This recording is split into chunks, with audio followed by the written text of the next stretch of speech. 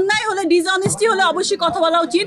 এবং তখন নায়িকা বলে বিভিন্ন সংবাদ মাধ্যমে যে এটা প্রচার হয়, মানে কেউ কেউ যে বিয়ে শাদী এটা ওইটা, বিজনেস করছে এইটা ঠিক না ওইটা ঠিক না, এটা পয়েন্ট থেকে কিন্তু আমরা সরে যাই। সব সময় জাজ করি যে আচ্ছা উনি তো নায়িকা, হয়তো বা অনেক কিছুই হতে পারে। বড় বড় মানুষদের সঙ্গে আমি কাজ করেছি, তারা কেউ কেন কোনোদিন এই 13-14 বছরে পড়লো, কেউ একজনও কেন কমপ্লেন করে না। আর নতুন একটা ছেলে এসে সে এতটা ডিসঅনেস্ট, আমি আমার পার্সোনাল পয়েন্ট অফ ভিউ বলছি, বাকি সব কিছু ওনারা বলবে যে একটা কাজে কেউ টাকা কম থাকতে পারে বেশি থাকতে পারে, কিন্তু নিজের কাজের সঙ্গে এতটা ডিসঅনেস্ট মানুষ আমি এই 13 বছরের ক্যারিয়ারে দেখি নাই ফিল্মে।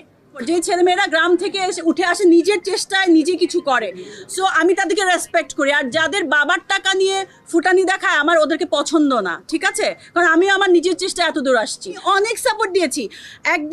একদিন দুদিন এমন হয়েছে যে আপা আজকে পেমেন্ট না দিই, আজকে এই প্রোডাকশন খরচটা চালাচ্ছি, আমি বলছি ওকে নো প্রবলেম, পেমেন্টটা পরে দাও। সেই ছেলে যদি এখন এসে বলে আমার ফ্রেন্ডের মতো চ্যানেলে বসে ববি বলে, এমনি আপা বলে, তো ওর কনফিউজিং এক তো ক্যারেক্টার। তারপর হচ্ছে আরেকটা বিষয়, আমি এত কিছু বলতেই চাই না আসলে, একজনের এত ক্যারেক্টার নিয়ে আমি কথা বলতে চাই না, এটা আপনারা জাজ করবেন।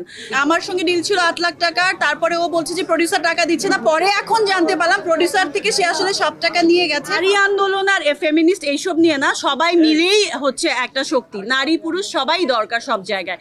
কিন্তু কি থাকে বা আমাদের দেশে আসলে মেয়েদের অবস্টাকলটা বেশি, যে কোনো কিছুতে আঙ্গুল তোলা হয় বেশি, তার উপর যদি মেয়েটা ইন্ডিপেন্ডেন্ট থাকে এবং এমন মিডিয়াতে থাকে তাহলে তো আরো বেশি সুযোগ হয়ে যায়। আসলে এতগুলো কথা বললাম, এগুলোই কিছু না কিছু যেগুলো ফ্ল্যাশ হয়েছে, যে আমার নাম দিয়েও বারবার টাকা নিয়েছে, ওয়ারেজ আমি ফুল পেমেন্টই পারি।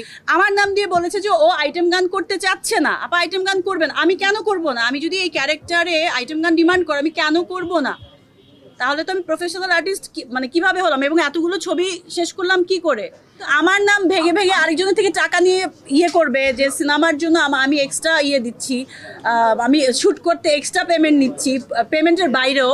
এটা তো আনইথিক্যাল, আনপ্রফেশনাল একটা কথা, সেটা তো আমার সঙ্গে কখনোই যায় না আসলে।